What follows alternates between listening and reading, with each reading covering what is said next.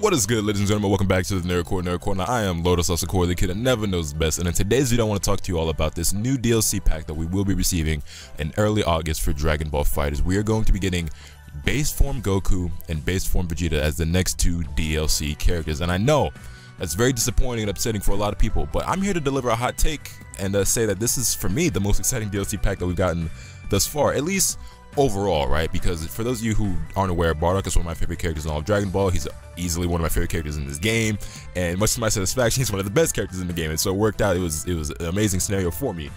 But you know, when it comes to the other two DLC packs that we've got with Broly and Bardock, and then with Vegeta and Zamasu, overall I wasn't that hype. I wasn't that over the moon for those packs, right? Bardock is really the only character out of those four that we've gotten so far that I really liked. And while I'm not a big Goku fan, I have a really good feeling that I'm gonna like this Goku way more than the current Gokus we have in this game. And the same can be said for Vegeta. Already off the gate, I think their attacks look way cooler. And you know, we're gonna get into the scan real quick, and I'm gonna talk more about my thoughts on it as we go along, and then after we look at the scan. So, courtesy of Shonen Games, as always, that's usually where I get my scans and my information from when new stuff drops, even though I know I'm a couple of days late on this, but you know, whatever, get at me. So base form Goku and Vegeta join the fight. Goku's meteor attack is the Spirit Bomb. Keeping its ease of use with a brand new twist, the Spirit Bomb moves slowly with increased power. Kind of reminds me of Broly's level 3 perhaps. Maybe it'll work similarly to that. I don't know. Maybe you can combo into it, maybe you can't. Maybe there's some setups that you can find with it. I don't know. We won't know until we actually get our hands on the character. But yeah, then he has this special move, Kaioken. Keep up the onslaught by pressing buttons upon activation. Increase damage by 3 or 20 times if your teammates have fallen. I suppose is what that meant to say. So, just from the Kaioken mechanic alone, it seems that he has an install, which is something that a lot of us, myself included, really wanted to see with this character.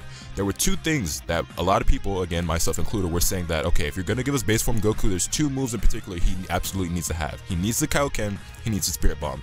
They gave us exactly that. So to me, that shows that Arc System and Bandai are listening to us. Even though a lot of people are still not going to be happy or not going to be excited for these characters, that was by far the thing that I heard and saw said the most among both the FGC and the casual sides. That, okay, if they're going to have base form Goku, he better have Kaioken and he better have the Spirit Bomb. And I definitely made that vocal on my front as well. And that's exactly what we're getting. And it seems to me that that Kaioken mechanic is going to make Goku, base form Goku, a disgustingly powerful anchor character.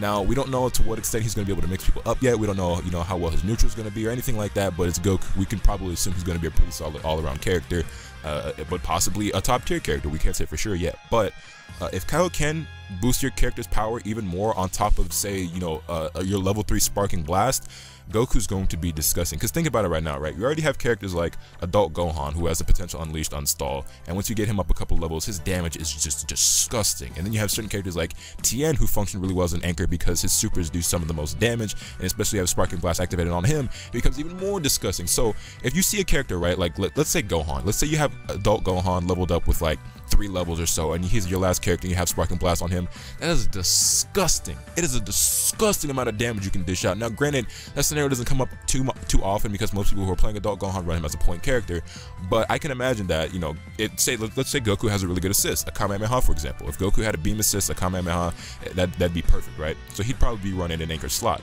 Combine the Kaioken with Sparking Blast, you probably have the best comeback character in the entire game. Now I can't say that for sure, but just based off what we can go off, looking at the Spirit Bomb and the Kaioken, that's the potential that I see right here for this character. With that Kaioken install, combined with the Sparking Blast, this could potentially be the most powerful comeback character in the game. And I mean, it looks goddamn gorgeous to boot. The Kaioken aura looks incredible, but that's just my opinion on the visual aspect, because honestly, I'm a big fan of the way this game looks. I love the art style, I love the animations, everything looks gorgeous in this game.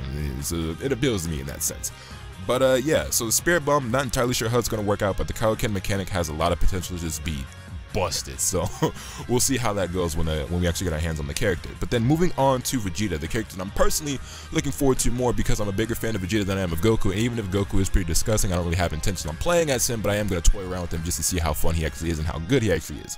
But Saiyan Saga Vegeta, I love it. He's got the tail, he's got the Saiyan armor. Dog, Saiyan Saga Vegeta is ill as fuck. I don't care what anyone says. I'm really, really excited for this character. I don't know if you can hear it in my voice, but I'm really excited for this character. And again, there were two moves that I was vocal about wanting to see on Saiyan Saga Vegeta if we were going to get this character. Now, one thing to note before we get into that, I did really wish he was going to have the Scouter.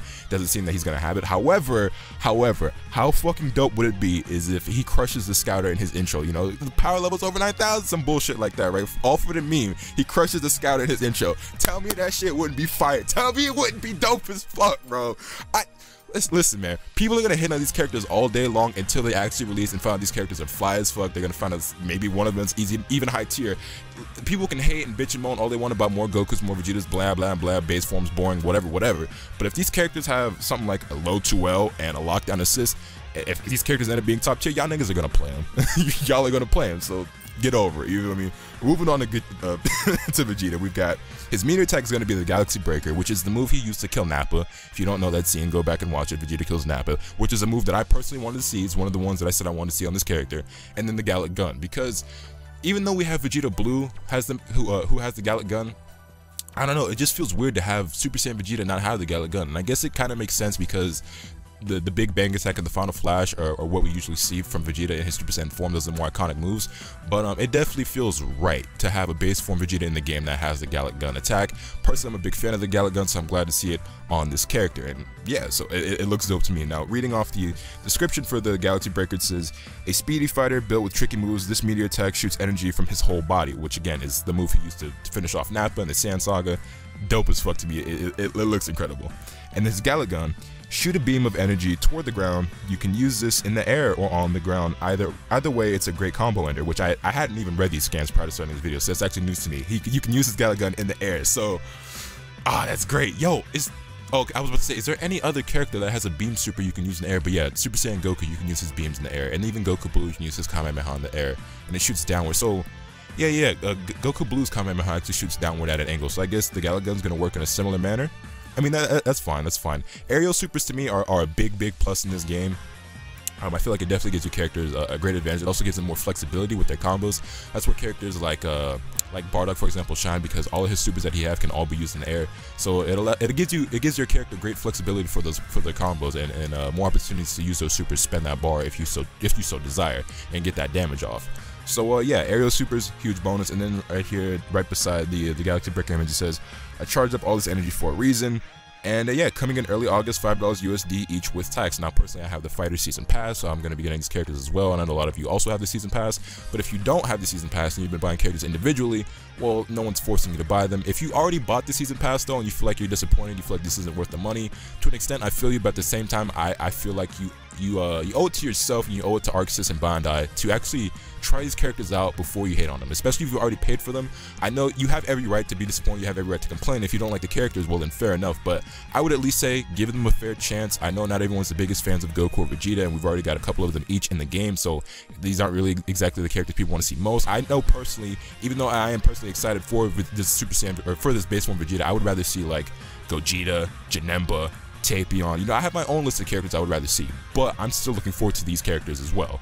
So that's just me. Personally, I'm open-minded to the idea. I've been using the word personally a lot. I'm going to try to slow down on that, but when I start getting excited, I tend to repeat myself a lot. I tend to ramble and shit like I'm doing right now.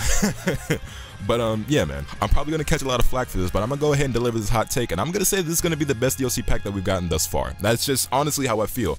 I think this Goku and this Vegeta are going to be overall the most fun characters that we've gotten as far as DLC goes. Because if I'm being honest, when it comes to the first DLC packs we got, the first pack we got Broly and Bardock. I'm a huge Bardock fan. Bardock's on my main team. He's one of my favorite characters in Dragon Ball. He's one of my favorite characters in this game. He's one of the best characters in the game, so I'm having a ton of fun playing as Bardock. I absolutely love the character. Broly, I've never been a big fan of Broly. I don't love his movies, I definitely don't love his character, and I don't like his design, and I damn sure don't like the way he plays in this game. I think Broly's trash. Some people like Broly, some people have fun with Broly, some people play really well with Broly. I don't like playing the character, I definitely don't like fighting the character. I personally tend to struggle in the Broly matchup, so with all that being said, fuck a nigga named Broly, that's just me. Moving on, the next pack we got was Vegeta Blue and Zamasu. Now, admittedly, I was really looking forward to this pack despite not being the biggest Vegeta Blue fan, but his moveset and everything just looked really cool at first from the trailer. trailer and the screenshots that we got, but upon actually receiving the characters, I was actually pretty disappointed. Again, it's a character that I personally tend to struggle with when it comes to the matchup, so I don't like fighting against him, but that's just me being bad at the game. I need to get good, but I actually don't enjoy playing as a character either. I just don't really find him all that fun. I don't really enjoy his moveset, and like I said before, I'm not a huge fan of Vegeta in the first place. I don't really care for him. I think he's one of my least favorite fusions. Him and Gotenks are my least favorites. I personally prefer Gogeta and Kefla, but that's just me.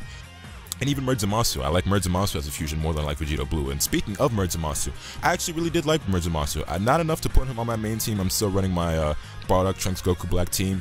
But I'm going to consider dropping Goku Black for Vegeta if I do like the way Vegeta plays enough to want to put him on my team.